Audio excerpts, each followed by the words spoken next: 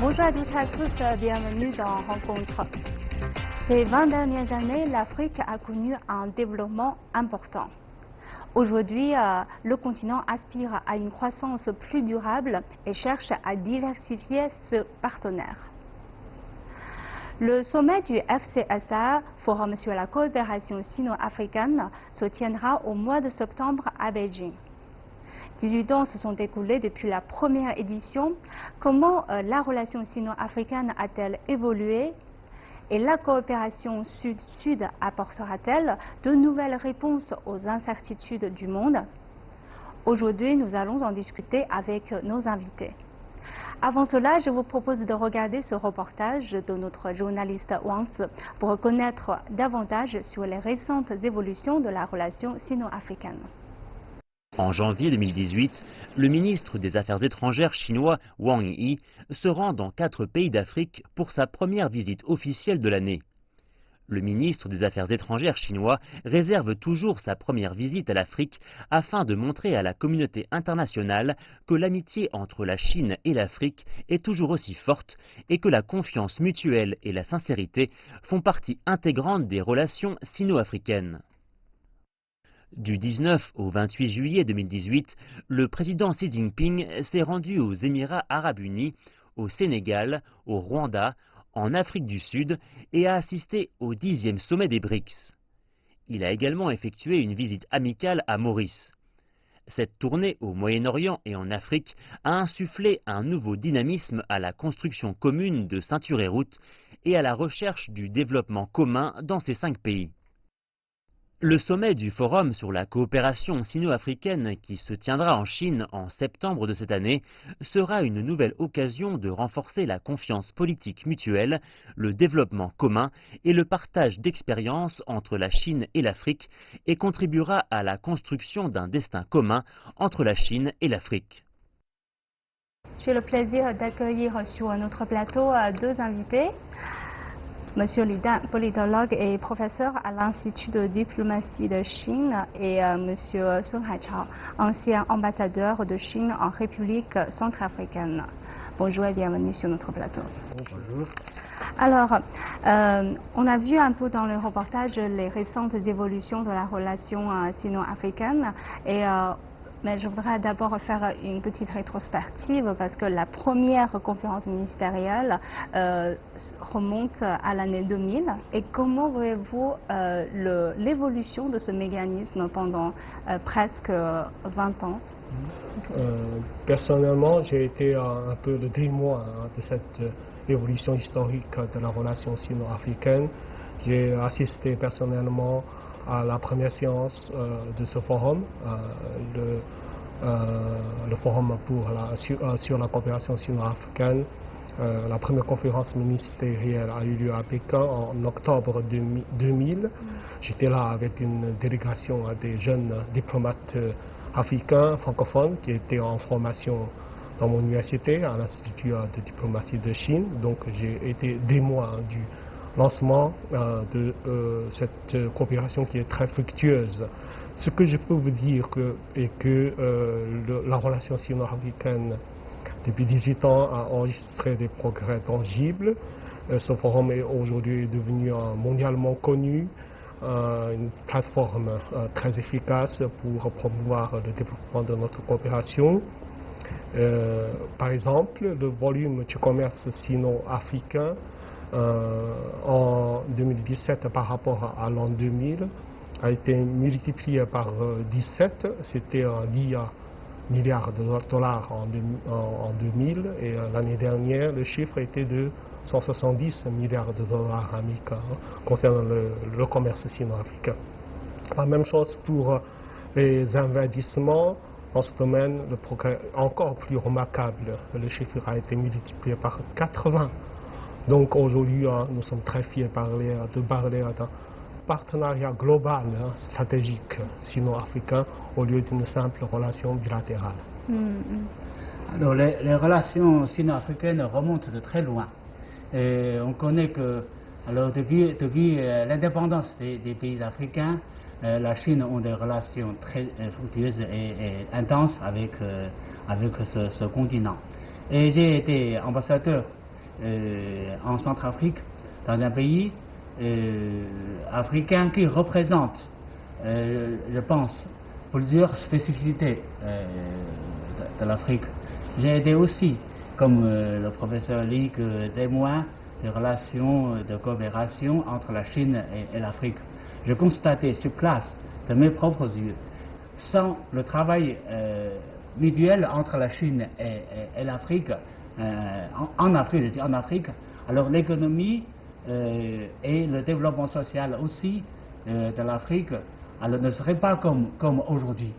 Voilà. En fait, le président chinois vient d'achever une visite en Afrique.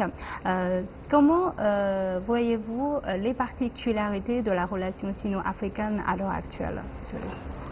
Le président Xi Jinping a effectué une visite officielle dans 3 pays africains et une visite de travail dans un autre pays africain. Donc il a visité en espèce de moins de 10 jours 4 pays africains.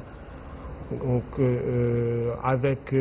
après l'Afrique du Sud, la Chine a signé un protocole d'accord concernant l'initiative La ceinture de la route avec d'abord le Sénégal, puis le Rwanda. Et concernant la Maurice, les 2 parties se sont engagées à continuer leurs études de la faisabilité d'une signature d'un accord du même type. Donc je dirais que la relation sino-africaine, donc après cette visite, est entrée dans une nouvelle période marquée par les quatre mots, hein. Donc tout le monde le connaît. 真实性诚, ça veut dire la sincérité, le pragmatisme, la fraternité et l'honnêteté. Alors, il y avait le forum de Johannesburg qui était marqué par des résultats assez marquants. Le plus important, c'est que le président chinois a évoqué 5 piliers de la relation sino-africaine à consolider et 10 programmes de coopération prioritaires à mettre en œuvre. Alors, aujourd'hui, quand on voit un peu les temps se sont écoulés, et est-ce que les projets ont été bien réalisés et est-ce que les résultats sont tangibles selon vous? Et les objectifs que les Chinois et les Africains se sont fixés lors du sommet de Johannesburg en décembre 2015 étaient, je dirais, ambitieux. Hein. Donc, il a été résumé parfaitement en ces 5 piliers, hein, et les 10 programmes concernant l'industrialisation, la modernisation de l'agriculture, etc., le commerce, jusqu'à la coopération sécuritaire, etc. Donc les 10 programmes de coopération. Aujourd'hui, je me permets de dire que les promesses ont été tenues par les 2 parties. La relation sino-africaine a connu un développement tout azimut, hein, ainsi que leur coopération depuis 3 ans. Beaucoup de projets gigantesques ont déjà été mis en œuvre, donc réalisés. Par exemple, au niveau des infrastructures, des chemins de fer, vous avez cette ligne ferroviaire électrifiée qui relie Addis Abeba à Djibouti. Vous avez aussi ce chemin de fer qui relie Nairobi et Mombasa. Donc 2 projets exemplaires. Hein. Aujourd'hui, la Chine contribue à hauteur de 20% à la croissance économique de l'Afrique. Les investissements directs chinois non financiers représentent 39% des investissements étrangers accueillis par l'Afrique. Donc nous pouvons conclure, la Chine a aidé à créer plus de 30 000 emplois en Afrique, et ce qui nous permet de conclure que le financement promis par la partie chinoise lors du sommet de Johannesburg ont été réalisés ou programmés très majoritairement. Donc les objectifs ont été pleinement atteints. Témoin des premières éditions du forum, alors Je me permets de demander, quel constat faites-vous sur la spécificité du contexte du forum qui va se tenir le mois prochain et quelles sont vos attentes par rapport au sommet de cette année? C'est une question très pertinente. Effectivement, le monde change très vite. Nous avons connu une évolution de la situation internationale très complexe et très approfondie entre l'an 2000 et cette année 2018. À cette époque, quand la Chine a organisé pour la première fois dans l'histoire ce forum sur la coopération sino-africaine, le continent africain était un peu oublié par le monde extérieur avec la fin de la guerre froide. Donc c'était en quelque sorte, selon certains observateurs occidentaux, c'était un peu la Chine qui a suscité l'intérêt du monde entier envers le continent noir. On se souvient encore de cette couverture où il est marqué « Le continent noir », c'est sur un...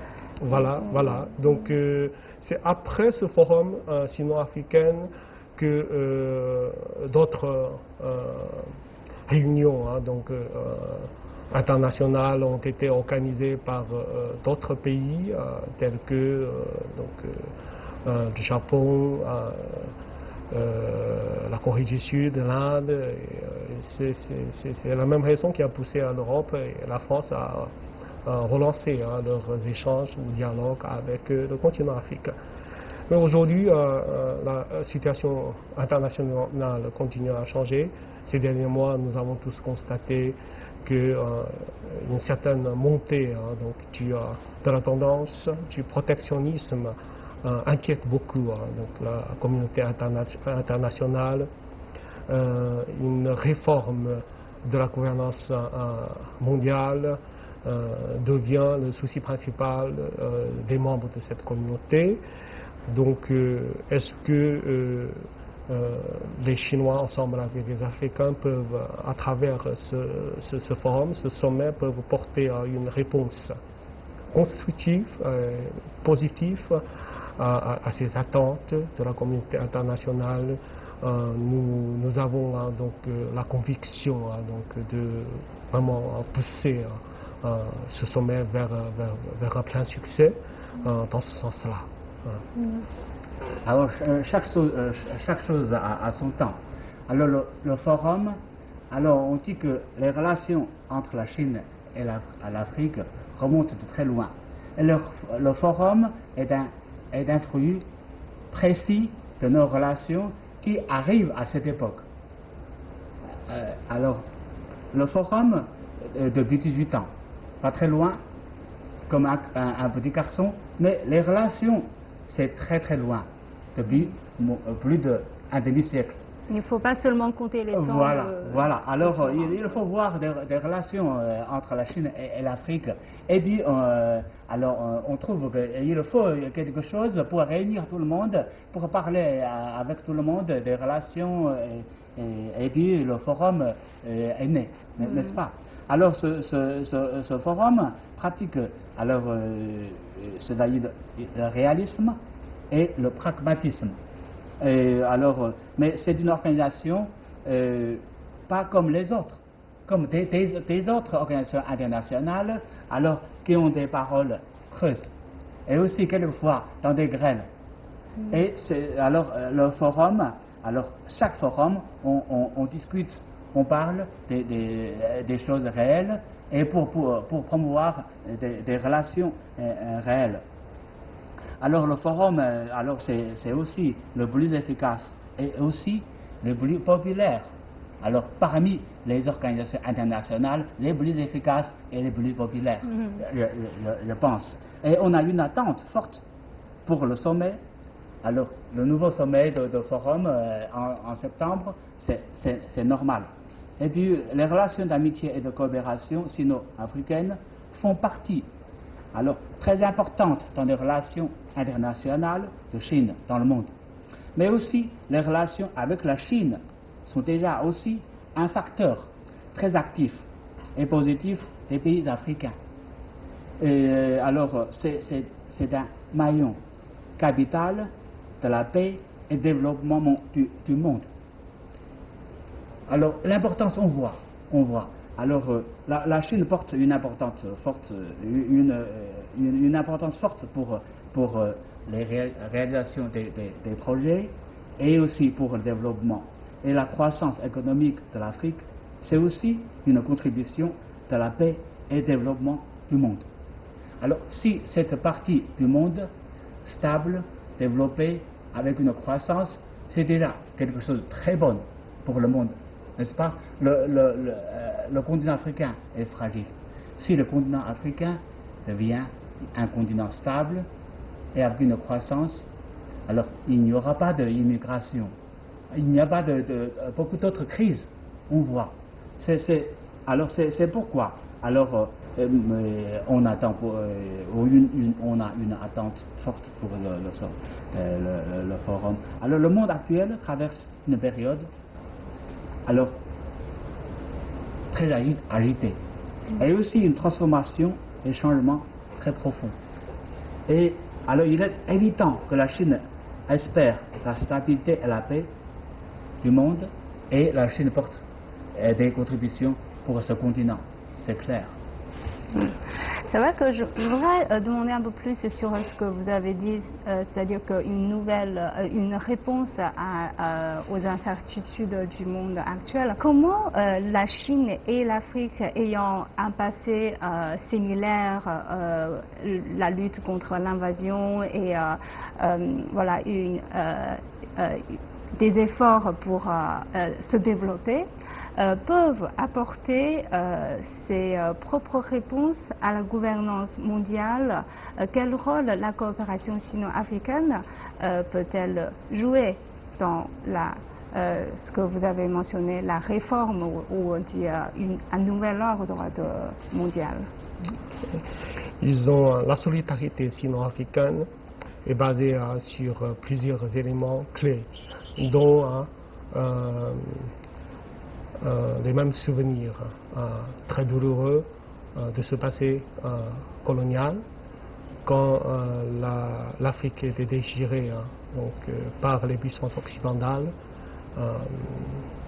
depuis la conférence de Berlin en 1995, quand la Chine est tombée en ce qu'on appelle une société semi-féodale, semi-coloniale, donc divisée en plusieurs zones d'influence déchirées par les puissances occidentales. Donc c'est sur cette base-là que cette solidarité sino-africaine s'est développée. Nous comprenons très bien les uns des autres sur l'importance de ces principes d'indépendance nationale, de l'intégrité, de l'importance de l'intégrité territoriale, de ce principe de refus des ingérences extérieures dans les affaires intérieures. Voilà, donc ce qui marque la relation sino-africaine, c'est 5 principes de coexistence pacifique ainsi que cette amitié traditionnelle. Aujourd'hui, sur notre chemin de développement, parce que le développement c'est notre but commun, les deux parties ont mis d'abord l'accent sur la coopération politique puis économique. Aujourd'hui, la coopération sino-africaine s'est élargie aux 5 piliers. Donc, en dehors de la politique et de l'économie, vous avez aussi les aspects culturels ou civilisationnels, la coopération sécuritaire et la coopération dans les affaires internationales. Pourquoi dans les affaires internationales? C'est-à-dire ils ont les mêmes visions, donc les mêmes objectifs dans la réforme de la gouvernance internationale concernant l'ordre politique international, l'ordre économique international, la protection de l'environnement, la paix et la sécurité dans la région. Voilà, donc avec ce nouveau sommet du Forum sur la coopération sino-africaine, à mon avis, nous allons souligner cette fois-ci des mots comme l'efficacité, la qualité, tout en restant fidèle sur notre principe d'avantage mutuel et de coopération donc mutuellement bénéfique et de consultation commune. Voilà, donc en dehors de tout ça, en tant que professeur d'université, j'insiste toujours sur l'importance de la connexion des populations, donc les échanges et la coopération entre les universités, les jeunes étudiants, les professeurs, entre les journalistes, c'est-à-dire entre les médias, entre les think tanks. Ça doit continuer à rester au centre de nos échanges et de notre coopération. Alors vous avez mentionné le développement. Cette année, on voit que on accorde beaucoup d'importance à la coordination de l'initiative Ceinture et Route avec le plan de développement de chaque pays et avec le plan de développement de l'Union africaine, ce qui est l'agenda 2063. Alors, quels sont les défis à relever pour cette coordination et comment la coopération sino-africaine peut mieux contribuer vraiment en tenant compte de la spécificité de chaque pays africain.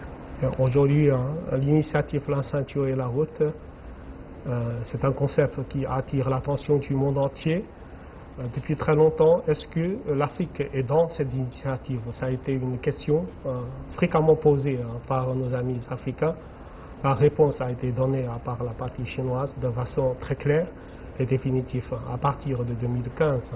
Lors de la visite du ministre chinois des Affaires étrangères, M. Wang Yi, en Afrique, dans Maurice, oui.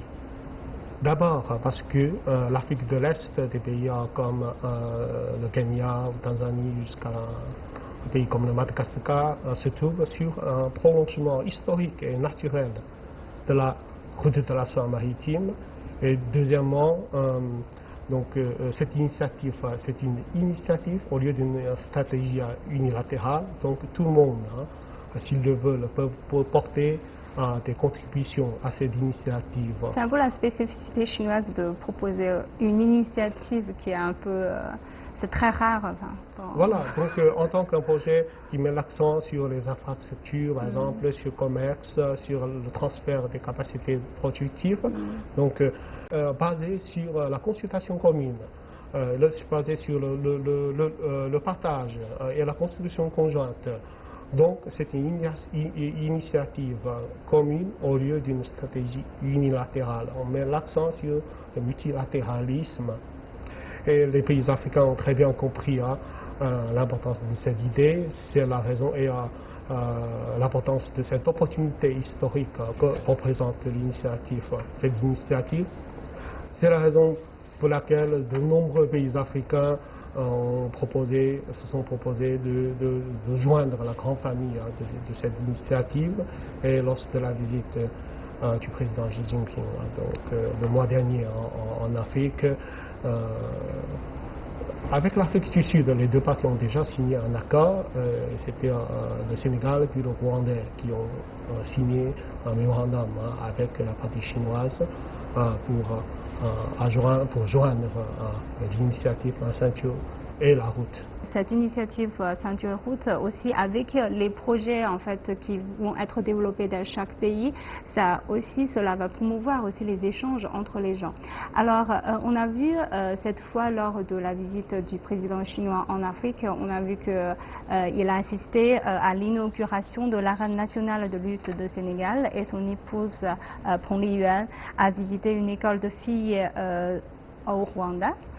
Alors, à part sur le plan politique et économique, qu'est-ce que les deux parties peuvent faire pour vraiment promouvoir les connaissances des Chinois envers l'Afrique ou des Africains envers la Chine, alors qu'on voit qu'aujourd'hui, malheureusement, je pense, les images de ces deux parties sont souvent monopolisées. Quel est votre avis ? Les échanges culturels ou artistiques, pour moi, constituent l'un des éléments les plus importants dans les relations entre les peuples. Donc ça nous ce qui nous renvoie à l'une des 5 connexions préconisées par le FOCAC ainsi que l'initiative La ceinture et la route, c'est-à-dire la connexion des populations. L'Afrique est un pays est un continent qui a des traditions culturelles et artistiques très attrayants.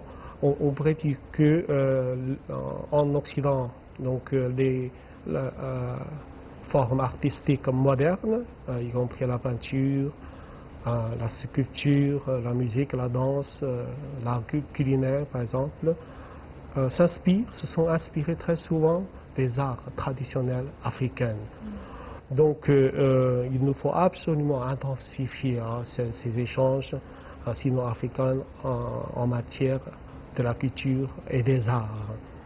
Et nous sommes très contents de constater des progrès qui ont déjà été faits dans ce domaine. Par exemple, le musée de la civilisation noire, construit avec l'aide de la partie chinoise au Sénégal, à Dakar. Et ces exemples doivent être multipliés et ces efforts doivent continuer à être intensifiés, à mon avis, pour renforcer ce qu'on appelle la connexion des populations. Parce qu'il y a des amis africains qui me disent qu'une fois sur le sol chinois, ils voient une Chine totalement différente qu'ils ont pensé. Et vous, une fois sur le sol africain, est-ce que vous avez retrouvé une Afrique un peu différente de ce que vous avez imaginé? Quelle est votre observation dans ce sens? L'Afrique possède une tradition très ancienne, très profonde, mais aussi avec une vivacité active. L'Afrique, un des berceaux de la civilisation mondiale. La Chine, l'image de Chine a été beaucoup déformée sur la scène internationale par les médias occidentaux. Alors, quelquefois, il y a des malentendus, quelquefois, on fait exprès de ne pas présenter une Chine réelle sur les médias occidentaux. Mais, alors, les Chinois, je dis les Chinois, pas un seul Chinois, les Chinois comprennent mieux le monde extérieur que le monde extérieur comprenne la Chine. Mais alors il faut faire des efforts, beaucoup d'efforts, alors pour que le monde extérieur connaisse la Chine réelle. L'Afrique aussi, quelquefois l'Afrique est déformée. Il faut, qu'est-ce que c'est la réalité de l'Afrique? Il faut aller en Afrique. Et les échanges entre les personnes, c'est une bonne chose. Et puis, alors, pour faire des échanges, alors il faut des moyens. Pour avoir des moyens, alors il faut une croissance, surtout économique, et stabilité, tranquillité sociale. Alors, la Chine, maintenant, porte une contribution forte pour la paix, la prospérité, le développement en Afrique. C'est aussi une base pour les échanges entre personnes. Alors, c'est aussi une base pour que le monde extérieur connaisse mieux l'Afrique. Je pense que vous avez mentionné un point très important, c'est-à-dire que le développement économique et la connaissance mutuelle ne sont pas séparables. Alors je vous remercie à tous les deux d'avoir partagé vos points de vue avec nos téléspectateurs. Je vous remercie. Merci beaucoup. Merci. Et je vous remercie d'avoir suivi notre discussion. À la prochaine.